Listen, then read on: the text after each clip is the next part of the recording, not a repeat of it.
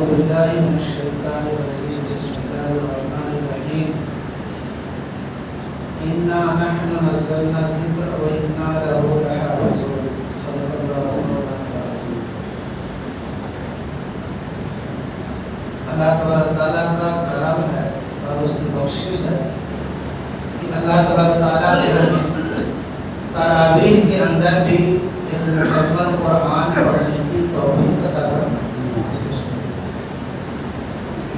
تراویح کے علاوہ اور ہم ناظرہ اور اس طرح اپنے طور پر جو یہ اوابین کے اندر تعلیم کے اندر جو ہم قرآن کریم پڑھتے ہیں، اس کے علاوہ اجتماعی طور پر ہمیں سب لوگوں کو اللہ تبارک تعالیٰ نے بڑی توفیق عطا فرمائی. ہماری بڑی سعادت ہے کہ ہم نے قرآن کریم تراویح کے اندر بھی پڑھا. میں نے سننے کا لفظ استعمال نہیں کیا، میں نے کہا ہم نے پڑھا، یہ سب نے پڑھا. میں اس لیے کہہ رہا ہوں کہ ایک حدیث ہے، حضرت ابو ہریرہ رضی اللہ تبارک عنہ ارشاد فرماتے ہیں من جعل له امام فقراءۃ الامام قراءۃ له، کہ جس مقتدی کا کوئی امام متعین کیا گیا، جس مقتدی کا کوئی امام متعین کیا گیا، جس مسجد میں کوئی امام متعین کیا گیا، تو امام کا پڑھنا مسجد کے اندر جتنے مقتدی ہیں، جتنے مصلی ہیں، ان سب کا پڑھنا مانا جائے گا. یہ حضور اکرم صلی اللہ علیہ وسلم نے چونکہ ہمیں یہ خوشخبری اور یہ فضیلت بخشی ہے، تو ظاہر بات ہے کہ امام صاحب نے جو کچھ بھی پڑھا ہے وہ تمام مقتدیوں کا پڑھنا شمار ہوگا. اس لیے میں نے کہا کہ اللہ تبارک تعالیٰ کا شکر ہے کہ ہمیں تراویح میں قرآن پڑھنے کی توفیق ملی اور اس کے اندر بھی ہم نے یہ قرآن مکمل کیا. تراویح کا سلسلہ بھی اور جاری رہے گا یہاں تک کہ چاند جب تک نکلنا ہے شوال کا، اس وقت تک ہم تراویح پڑھتے رہیں. لیکن میں ایک سوال آپ سے کروں گا اور اسی سوال سے میں اپنی بات آگے بڑھاؤں گا. اچھا یہ بتائیے کہ ہم تراویح کیوں پڑھتے ہیں؟ کیا مقصد ہمیں تراویح پڑھتے ہیں؟ اتنی محنتیں آپ نے کی، آج 25ویں تراویح ہے، 20 رکعت آپ نے مشقت جھیل کر کے پڑھی، گرمی برداشت کی اور کھڑے رہنے کو برداشت کیا، ہر طرح کی پریشانیاں جھیلی. اچھا بتائیے اس کا مقصد کیا ہے؟ دنیا کے اندر کوئی بھی کام ہو بغیر مقصد کے نہیں ہے کوئی مقصد بغیر مقصد کے. اے سی چل رہی ہے، اس کا مقصد ہے کہ اپنے ماحول کو، اپنے ارد گرد کے فضا کو ٹھنڈا کرے. پنکھا چل رہا ہے، جس کا ایک مقصد ہے ہمیں گرمی سے راحت دے. کسان ہل لے کر کے، ٹریکٹر لے کر کے کھیت میں جاتا ہے، جوتائی کرتا ہے، تو اس کے سامنے بھی ایک مقصد ہوتا ہے نا. ارے بولیے بھائی، مقصد ہوتا ہے. مقصد واضح. نماز ہم پڑھتے ہیں، نماز پڑھنے کا ایک مقصد ہے کہ نماز آدمی پابندی سے اگر پڑھتا ہے اور تمام آداب کی رعایت کر کے پڑھتا ہے تو نماز انسان کو بے حیائی، فحش اور نامناسب کاموں سے نماز بچاتی ہے. مقصد ہے کہ نہیں؟ آدمی روزہ رکھتا ہے تو روزہ رکھنے کا ایک مقصد ہوتا ہے کہ ہمارے دل کے اندر اللہ تعالیٰ کا ڈر، خوف پیدا ہو، تقوی پیدا ہو. اچھا بتائیے، کوئی نہیں دیکھتا ہے، کوئی نہیں دیکھتا ہے، آدمی پیاسا ہوتا ہے، بہت زیادہ پیاسا ہوتا ہے، خواہش بھی ہوتی ہے کہ پیوں، لیکن ایک اللہ تعالیٰ کا ڈر ایک ایسی چیز ہے کہ انسان تنہائی میں بھی ہو، اکیلے میں بھی ہو، لیکن کبھی پانی نہیں پی سکتا. بھائی صحیح کرو غلط کرو، یہ اللہ تعالیٰ کا ڈر ایک پیدا ہوتا ہے. اور مسلسل جب 30 دن تک کسی فرض میں اثر ہوتی ہے تو یہ امید لگ جاتی ہے کہ انشاءاللہ پورا سال یہ تقوی ہمیں حاصل ہوتا ہے. اللہ تعالیٰ کا ڈر ہمارے دل کے اندر بیٹھا ہے. ہر نامناسب کام، ہر وہ کام جو شریعت کے خلاف ہو، کرنے سے پہلے کیا کریں کہ ہم جائیں. یہ امید بن جاتی ہے کہ نہیں؟ یہی رمضان روزہ رکھنے کا مقصد ہے. زکوٰۃ دینے کا بھی کوئی مقصد ہے. بھائی زکوٰۃ کو زکوٰۃ اسی لیے کہا جاتا ہے، زکوٰۃ کے معنی آتے ہیں صفائی اور ستھرائی کی. زکوٰۃ کا لفظ جو ہے، ورڈ جو ہے، یہ عربی لغت کے اندر ڈکشنری کے اندر اس کا معنی جو اردو میں آتے ہیں وہ کیا کہتے ہیں صفائی اور ستھرائی میں. چونکہ صاحب نصاب آدمی یعنی وہ آدمی جو 40,000 یا اس کے لمسم اگر کوئی مالیت کا وہ مالی ہو, چاہے وہ زیور کی شکل میں ہو یا پیسے کی شکل میں ہو یا تجارت وغیرہ کے سامان کی شکل میں ہو یا یہ اور بھی کسی شکل میں ہو جو تجارتی امراض کے اختیار کیے جاتے ہیں, اور اس پر سال گزر جائے تو اس کا 2.5% اس میں غریب کا حق بن جاتا ہے, تو وہ نکالا جاتا ہے. تو نکالنے کی وجہ سے آدمی کا نفس اور آدمی کا مال پاک ہو جاتا ہے. چونکہ مال آدمی کا نفس پاک ہو جاتا ہے, طبیعت پاک ہو جاتی ہے, اسی لیے زکات کو نکالا زکات کرتے ہیں. اس کا بھی ایک مقصد ہے.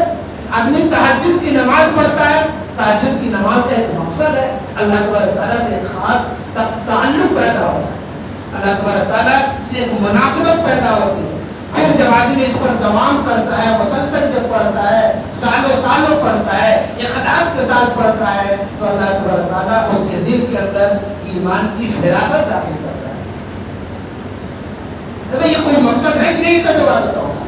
تو تراویح پڑھنے کا بھی کوئی مقصد ہوگا, وہ مقصد آپ لوگوں کو معلوم ہے؟ ارے بولیے, ارے دیکھیے اتنی محنت آپ نے کی, مقصد جانے ہوئے, تو بہت بڑی گڑبڑی ہو گئی ہے. چلیے آج جان لیجیے تراویح پڑھنے کا مقصد. میں نے قرآن کریم کی جو آیت پڑھی ہے اس آیت نے اس مقصد کو حاصل کیا, یعنی تراویح قرآن کریم کی حفاظت کے ذرائع میں سے اہم ذریعہ ہے. تراویح قرآن کریم کی حفاظت کے ذرائع میں سے ایک اہم ذریعہ ہے. جن چیزوں سے قرآن کریم کی حفاظت ہوتی ہے اس میں کسی طرح کی کوئی خرد برد نہیں ہوتی ہے, اس کے اندر کوئی گڑبڑی نہیں ہوتی ہے, اس کے زیر زبر پیش نقطہ کے اندر کوئی تبدیلی نہیں ہوتی ہے. ان وجہوں میں سے ایک وجہ کیا بھی ہے, دیکھیے تراویح کا نظام اللہ تعالیٰ نے جو قائم کیا ہے کس انداز سے قرآن کریم کی حفاظت ہے. آپ خود جب تفصیل سنیں گے تو آپ بھی کہیں گے کہ ہاں واقع پر ہم بہت بڑا کام کر رہے ہیں. آج آپ کو مقصد بھی معلوم ہو جائے گا کہ ہاں ہم تراویح کیوں پڑھ رہے ہیں. دیکھیے اللہ تبارک تعالیٰ نے دنیا کے اندر بہت سی کتابیں نازل کی, 4-5 کتابیں, 4 کتابیں تو آپ جانتے ہیں. ایک مکتب کا بچہ بھی, تعلیم اسلام پڑھنے والا بھی جانتا ہے کہ آسمانی کتابیں کتنی ہیں, 4. جانتے نہیں؟ اس کے علاوہ اور بھی آسمانی کتابیں, حضرت ابراہیم علیہ السلام کے صحیفوں کا تذکرہ قرآن میں کیا گیا, الگ سے اس کا کوئی نام نہیں ہے. اور بھی انبیاء علیہ السلام اور رسولوں کو اللہ تبارک تعالیٰ نے صحیفے اور کتابیں دی, ان کا تذکرہ قرآن کریم میں مختصر اور مجمل انداز میں. لیکن اس دور میں اس وقت کوئی کتاب محفوظ نہیں, کوئی کتاب محفوظ. وہ جو 4 مشہور کتابیں ہیں اس میں قرآن کو نکال دیجیے, قرآن کے علاوہ توریت ہے, انجیل ہے اور زبور ہے. یہ 3 کتابیں ہیں نا, یہ تینوں کتابیں بھی اپنے اصلی شکل میں اس وقت دنیا کے اندر موجود.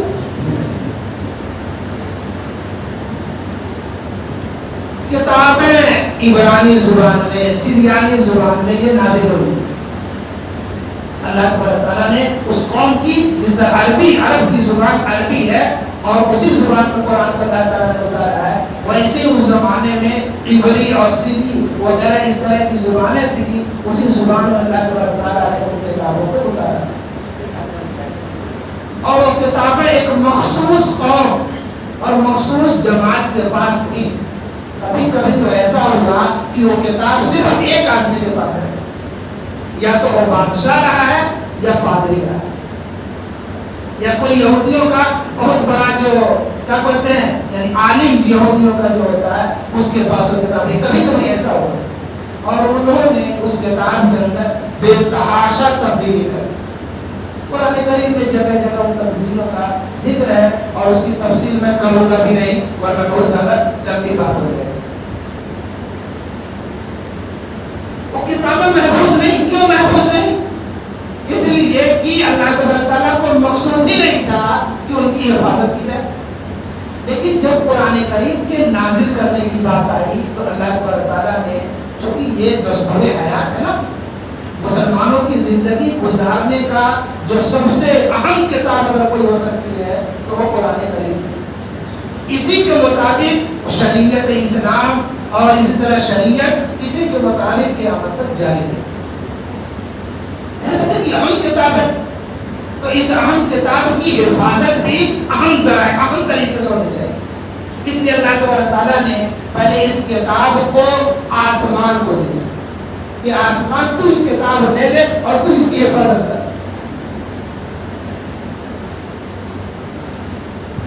آسمان انکار کر دے, یہ بہت بڑی ذمہ داری ہے, میں اسے اٹھا نہیں سکتا. نہیں, کائنات کے اندر جو چیزیں ہمیں دکھائی دیتی ہیں, فرشتے تو ہیں لیکن وہ ہمیں دکھائی نہیں دیتے, لیکن جو کائنات کے اندر جو مخلوق ہمیں دکھائی دیتی ہے ان میں سب سے لکو تک اور سب سے بڑی مخلوق جو ہے وہ آسمان ہے.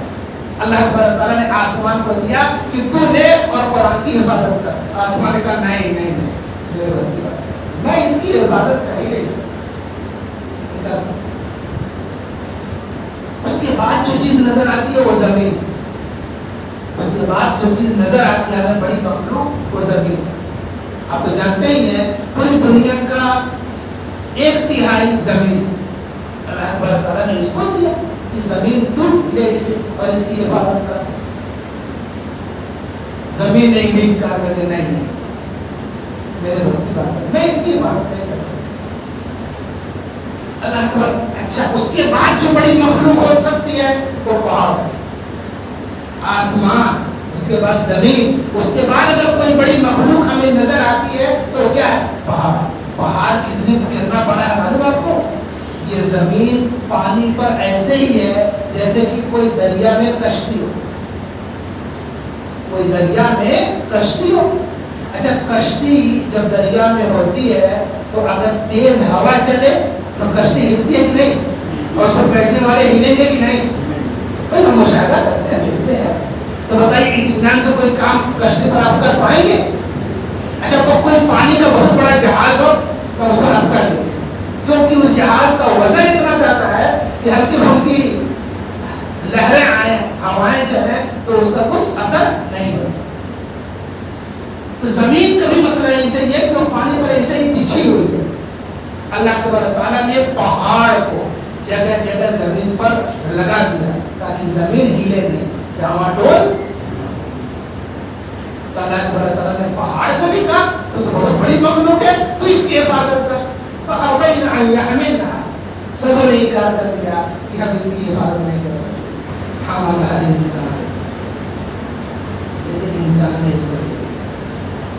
ارے ہمیں اور آپ نے اس کو کر لیا, لے لیا اور کہا کہ اللہ تعالیٰ ہم اس کی حفاظت کریں گے. ظاہر بات ہے کہ خدا براہ راست آ کر کے قرآن کریم کی حفاظت نہیں کرتا, کیونکہ خدا کی قدرت اور خدا کی شان اور پوری کائنات کا مالک ہونا اس بات کا تقاضا کرتا ہے کہ وہ بذات خود اس کی حفاظت نہ کرے, بلکہ وہ جن مخلوق کو اللہ تعالیٰ نے پیدا کیا ہے اس کے ذریعے کیا کرے, اس کی حفاظت کرے.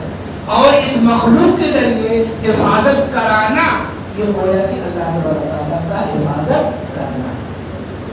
اور تراویح کے ذریعے آپ قرآن کریم کی حفاظت کا ایک ذریعہ بنتے ہیں.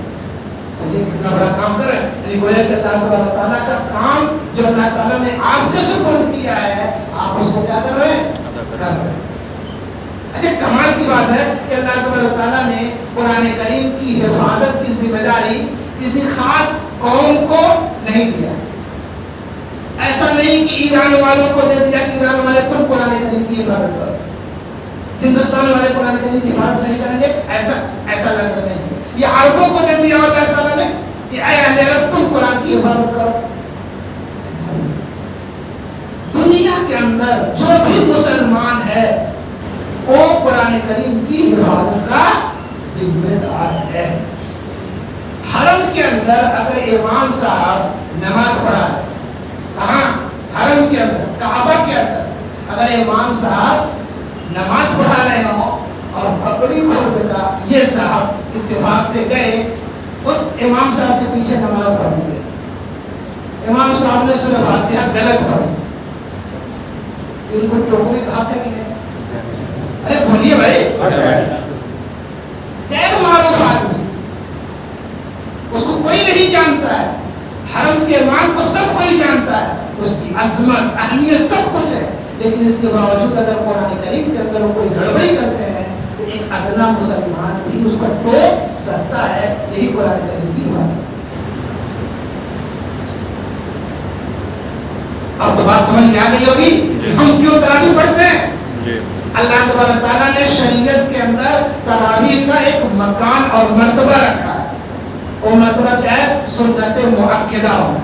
اور ظاہر بات ہے کہ جتنی دنیا کے اندر مسجدیں ہوں گی یہ سنت مؤکدہ ادا کی جائے گی. کم سے کم ہر مسجد کے لیے ایک ایک حافظ قرآن کا ہونا ضروری ہے. اب سوچ لیجئے پوری دنیا کے اندر کتنی مسجدیں ہوں گی اور کتنے حافظ قرآن ہوں گے. کیا ان سب کو بیک وقت ختم کیا جا سکتا ہے؟ نہیں. ارے بولیے بھائی, کیا یہ سب مل کر کے بیک وقت سورہ فاتحہ کے اندر کوئی گڑبڑی کر سکتے ہیں؟ یا سورہ بقرہ کے اندر کوئی گڑبڑی کر سکتے ہیں؟ یا اس کی کچھ آیتوں کو نکال کر کے دوسری آیتوں اس کے گھسا سکتے ہیں؟ نہیں کر سکتے. اور قیامت تک نہیں کر سکیں گے. اب تک تو نہیں کیا, قیامت تک. اچھا ایسا نہیں کہ لوگوں نے کوشش نہیں کی ہے. ارے بڑی کوششیں ہوئی ہیں, بہت زیادہ کوششیں ہوئی ہیں. جناب نبی کریم صلی اللہ علیہ وسلم کے زمانے میں بھی کوشش ہوئی کہ قرآن کو کیا کر دیا جائے, بدل دیا جائے. بعض سرفیر عرب کے قرآن کریم کی آیتوں کے مقابلے میں دوسری آیتیں, دوسری صورتیں بنا کر پیش کرتے ہیں.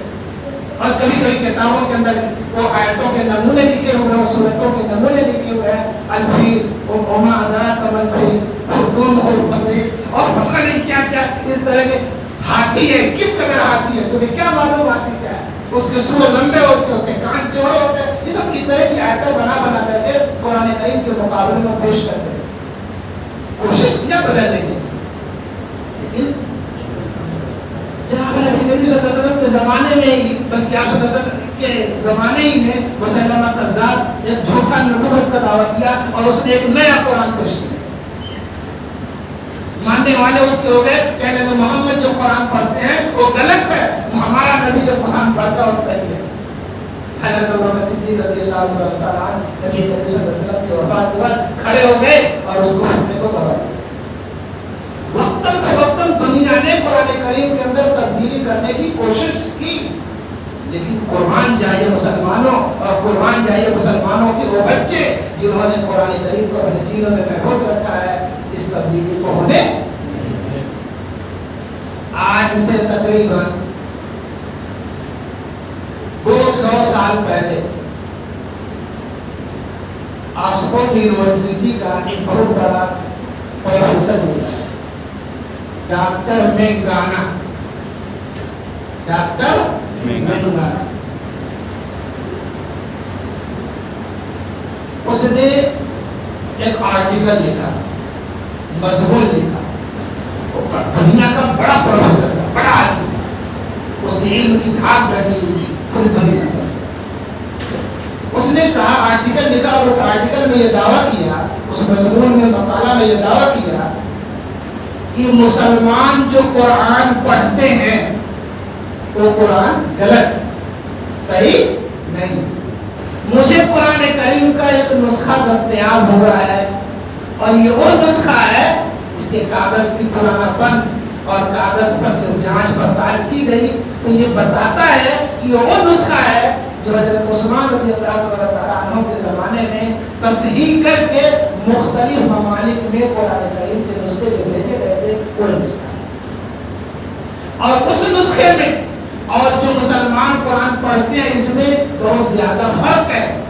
اس لیے آج تک مسلمان قرآن جو پڑھتے رہے وہ غلط ہے, اور میں جو قرآن پیش کر رہا ہوں وہ کیا ہے, صحیح.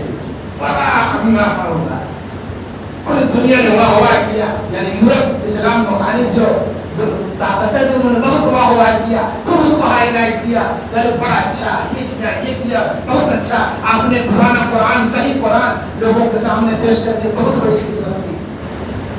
لیکن بتائیے اگر میں اس وقت آپ تذکرہ نہ کرتا تو آپ جانتے ہیں؟ نہیں. میں بھی نہیں جانتا. کوئی تو خدا کیجیے انسائکلوپیڈیا برناٹیکا کی نویں ایڈیشن کا اس مقالے کو اس نے شامل کیا, اسی سے مجھے معلوم ہوا. علامہ شبلی نے اپنے مقالات کے اندر اس کا رد لکھا, اس سے پتہ چلا. ایک حدیث کی کتاب ہے مسلم شریف, اس کی حدیث علامہ شبیر احمد عثمانی رحمۃ اللہ علیہ نے کی ہے فتح الملحد, جس کا تکملہ تقی عثمانی جو پاکستان کے ایک بڑے عالم ہیں اور اس وقت کے شیخ الاسلام ہیں, انہوں نے کیا ہے. اس کے مقدمے میں مفتی شبیر صاحب عثمانی نے نقل کیا ہے اس واقعے کو اور کہا ہے کہ اس نے بڑے زور و شور سے آواز اٹھائی, لیکن مسلمانوں نے اس کو قبول نہیں کیا اور آج اس کا نام کو کوئی جانتا بھی نہیں. اس طرح کے لوگوں نے کوشش کی, چاہا کہ قرآن کریم کے اندر کیا کریں, تبدیلی کر دیں, لیکن کامیاب. ارے بھائی ان حافظوں کا اور دنیا کے اندر بکھرے ہوئے لوگوں کا اور علماء کا یہ دین ہے, یہ قرآن کریم کیا ہے صحیح ثابت ہے کہ نہیں؟ جی.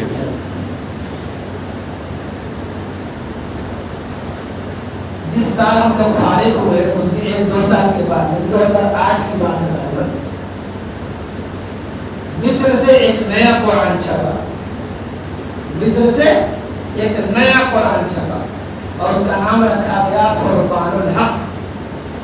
کیا نام رکھا گیا؟ فرقان الحق.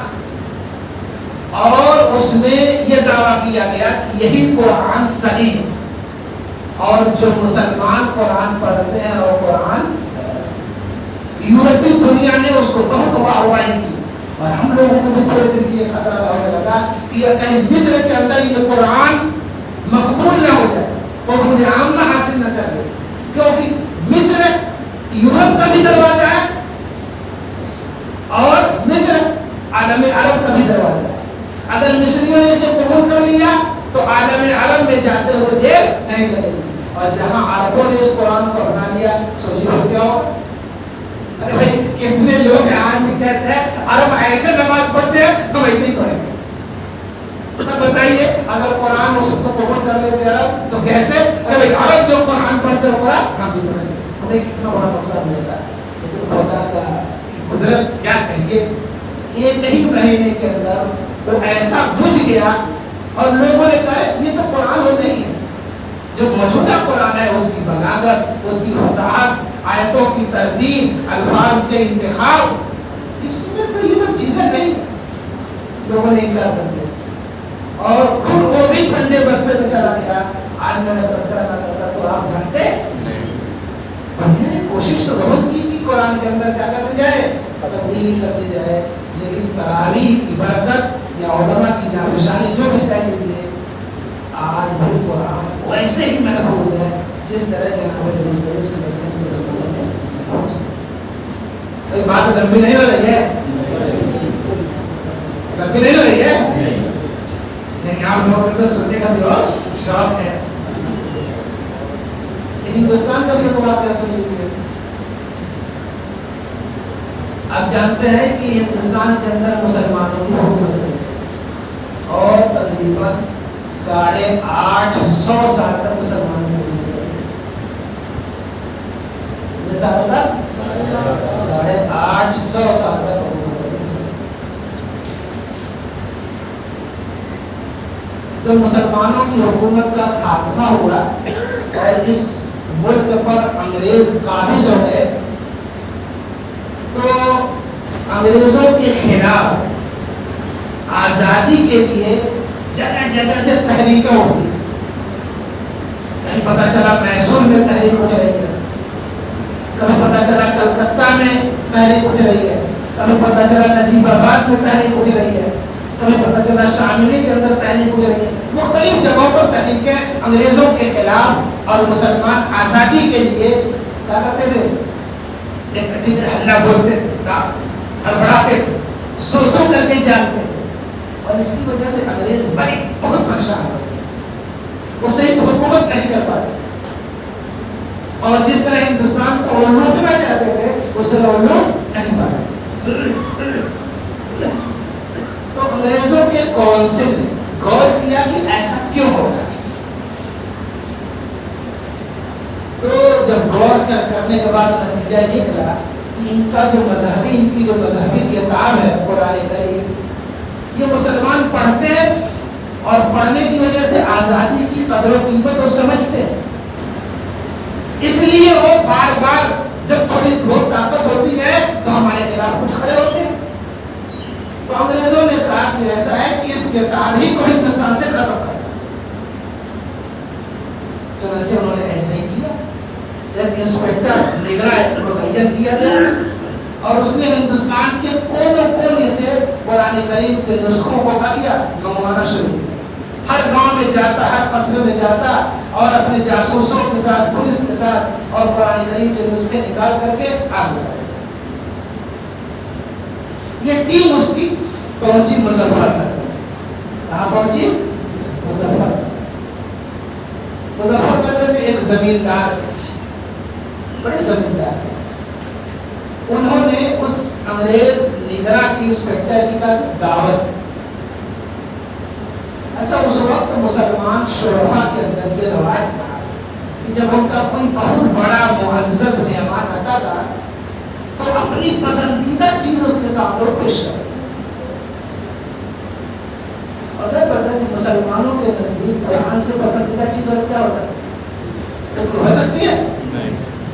تو اس وقت یہ رواج تھا کہ جب کوئی بڑا مہمان آتا تھا تو قرآن کریم کی آیتیں ان کے سامنے پڑھائی جاتی۔ آج بھی عربوں کے اندر یہ دستور ہے کہ جب دنیا کے لیول کا کوئی مہمان آتا ہے عربوں کے اندر تو قرآن کریم ان کو سناتے ہیں۔ اب تو یہ مسلمانوں کی کلچر، ان کی تہذیب خراب ہو گئی ہے کہ اپنے خوشی اور دعوتوں کے موقع پر ڈی جے، ناچ گانا اور پتہ نہیں کیا کیا بجاتے ہیں۔ پہلے یہ دستور نہیں تھا، پہلے مسلمانوں کے اندر یہ دستور تھا، وہ میلاد کراتے تھے۔ جو بوڑھے ہیں وہ بچپن میں دیکھے ہوں گے کہ وہ میلاد کراتے تھے، پروگرام جلسے جلوس کراتے تھے، امام صاحب کو مولوی صاحب سے بلا کر کے اس شادی وغیرہ کے متعلق کچھ باتیں سن لیا کرتے تھے اور واقع پر ان کا سننا عمل کرنے کی جو ہوتا تھا۔ اب یہ نیا فیشن، نئے دور، نئی تہذیب آئی کہ ناچ گانا، ڈی جے اور پتہ نہیں کیا کیا سب چیزیں لائی۔ پر اس وقت مسلمانوں کے شریف گھرانوں کے اندر ابھی یہ بات تھی کہ جب ان کا کوئی معزز مہمان آتا تھا تو وہ قرآن کریم کی تلاوت کرتے تھے۔ ان زمیندار صاحب کے 2 بچے تھے چھوٹے جو قرآن کریم کے حافظ تھے۔ انہوں نے بلایا دونوں بچوں کو اور کہا کہ بیٹے ذرا مہمانوں کے سامنے قرآن کریم تم پڑھو۔ چنانچہ بچوں نے قرآن کریم پڑھا۔ ایک طالب علم نے پہلے تلاوت کی، ایک بچے نے قرآن کی تلاوت کی۔ کچھ بھولا ہوگا دوسرے بچے نے اس کو ٹوکا، پھر ایک کے بعد دوسرے بچے نے تلاوت کی، وہ بھی کچھ بھولا ہوگا، دوسرے بچے نے ٹوکا۔ پھر بچوں نے جب تلاوت مکمل کر لی تو اس جگہ کی جامع مسجد کے جو امام صاحب ہیں ان کو بلایا گیا کہ آپ نے قرآن کے اوپر درس پتا جانے کیا بات نہیں، ہو سکتا ہے کہ انہوں نے جان بوجھ کر کے کچھ آیتیں غلط پڑھی ہو۔ انہوں نے پڑھنا شروع کیا 2-4 جگہوں انہوں نے غلط پڑھی، بچوں نے ٹوکا کہ حضرت ایسا نہیں ایسا ہے۔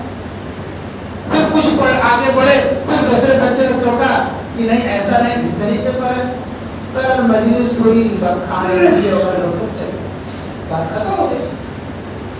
لیکن اس انسپیکٹر نے اس کی وجہ کے بعد جانے کے بعد اپنے حکومت کو برطانیہ ایک خط لکھا اور اس میں یہ لکھا کہ حکومت نے جو یہ مشن چلایا کہ ہندوستان سے قرآن کریم کے نسخے کو اکٹھا کر کے جلا دیا جائے، ہو سکتا ہے کہ 2 تبدیلیوں کے درمیان جو کاغذ میں قرآن کریم ہے اس کو حکومت جلا دے، لیکن ننھے بچوں کے سینوں میں جو قرآن ہے اس کو حکومت کھوج کے کیسے پھینک سکے۔ جب یہ رپورٹ وہاں پہنچی تو حکومت نے اس مشن کو ختم کر دیا۔ اب دیکھیے قرآن کریم کی حفاظت کیسے ہوئی کہ نہیں۔ ابھی رسیا روس جب اس پر کمیونسٹوں کا غلبہ ہوا تو انہوں نے اسلام اور ہر وہ چیز جس سے اسلام کی بو آتی ہے اور سب چیز پر پابندی لگا اسلامی نام نہیں رکھ سکتے آپ، عربی میں کچھ لکھ نہیں سکتے آپ، نماز نہیں پڑھ سکتے، قرآن نہیں پڑھ سکتے، حدیث نہیں پڑھ سکتے، کچھ بھی نہیں پڑھ سکتے، ہر طرح کی پابندی لگا. اور پابندی ایک دو دن تک نہیں رہی، ایک دو سال تک نہیں رہی، 80 سال تک پابندی رہی. کتنے سال تک؟ 80 سال میں 3 نسلیں گزر جاتی ہیں. جو لوگ بچے رہے ہوں گے وہ بوڑھے ہو گئے ہوں گے، اور جو بوڑھے رہے ہوں گے ان کا انتقال ہو چکا ہوگا، اور جو پیدا نہیں ہوئے، جو پیدا ہوئے ہوں گے وہ جوان ہو گئے. 3 نسلوں کا دور گزر چکا. اور کسی چیز کے خاتمہ کے لیے 3 نسلیں کافی ہیں. کسی چیز کو مٹانا ہو، مثال کے طور پر بوڑھے بوڑھے لوگ ہوں اور حافظ قرآن ہو، ان کو ختم کر دو، ان کو پابند بنا دو کہ آپ کسی کو سکھا نہیں سکتے، کسی کو پڑھا نہیں سکتے، کسی کو لکھا نہیں سکتے. بتائیں ان کے انتقال کے بعد پھر کوئی رہے گا؟ ایک کا دکھا ہو سکتا ہو، لیکن تیسرے میں تو کوئی بھی بات نہیں. لیکن قربان چاہیے خدا کو جب منظور ہوتا ہے قرآن کریم کی حفاظت، تو ایسے ہی اللہ تعالیٰ حفاظت کرتا ہے. 80 سال کے بعد جب پابندی ہٹی ہے تو ہزاروں حافظ قرآن اس ملک سے نکلنے کے بعد، ایک تو نہیں، ہزاروں کی ہزاروں تعداد میں حافظ قرآن اسی ملک سے، جس ملک کے اندر 80 سال تک پابندی لگی نہیں کہ وہ نہ حفظ کر سکتے، نہ قرآن پڑھ سکتے، نہ نماز پڑھ سکتے، نہ روزہ رکھ سکتے، نہ عربی لکھ سکتے، نہ عربی نام رکھ سکتے، کچھ بھی نہیں. لیکن جب پابندی ہٹی تو ہزاروں ہزار حافظ. علی ندوی رحمۃ اللہ علیہ نے اپنی بعض تحریروں کے اندر لکھا ہے کہ جب اس کی تحقیق کی گئی، دنیا کے میڈیا نے جب اس کی جانچ کی، تو ایک حیرت انگیز ایک کہانی ابھر کر کے وہاں سامنے آئی. لوگوں نے جب پوچھا کہ ایسا کیسے ہوگا کہ بچے حافظ قرآن ہیں، کیسے حساب لوگوں نے کر لیا، تو انہوں نے کہا کہ ہم یہ سب چھپ چھپ کر کے کرتے ہیں. حکومت کے جاسوس گھروں کے اندر اپنا بھائی اور دوست اور خیر خواہ بن کر کے آتے تھے اور بھید لے کر کے چلے جاتے تھے. لیکن ان سب کے باوجود بھی کبھی کبھی ایسا ہوتا تھا کہ ہمارا کوئی بولے سا حافظ جی ایسے ہوتے تھے کہ کوئی جانتا نہیں تھا کہ وہ حافظ جی ہے. وہ عام لوگوں کے بھیڑ میں گم ہو گئے اور وہ جنگل میں چلے جاتے، وہاں بچے 2-4 جاتے، 1 آیت 2 آیت پڑھا دیتے، پھر بھیج دیتے. سال کام کرنے کے بہانے 1 آیت 2 آیت بچوں کو پڑھا کر کے انہوں نے حافظ قرآن بنا. بہت سے لوگوں نے اپنے گھروں کے اندر سرنگ کھودی، اور ایک مرتبہ جب اس کے اندر داخل ہو گئے تو سال بھر کے بعد یا جب تک قرآن یاد نہیں ہوا وہ نکل کر کے باہر.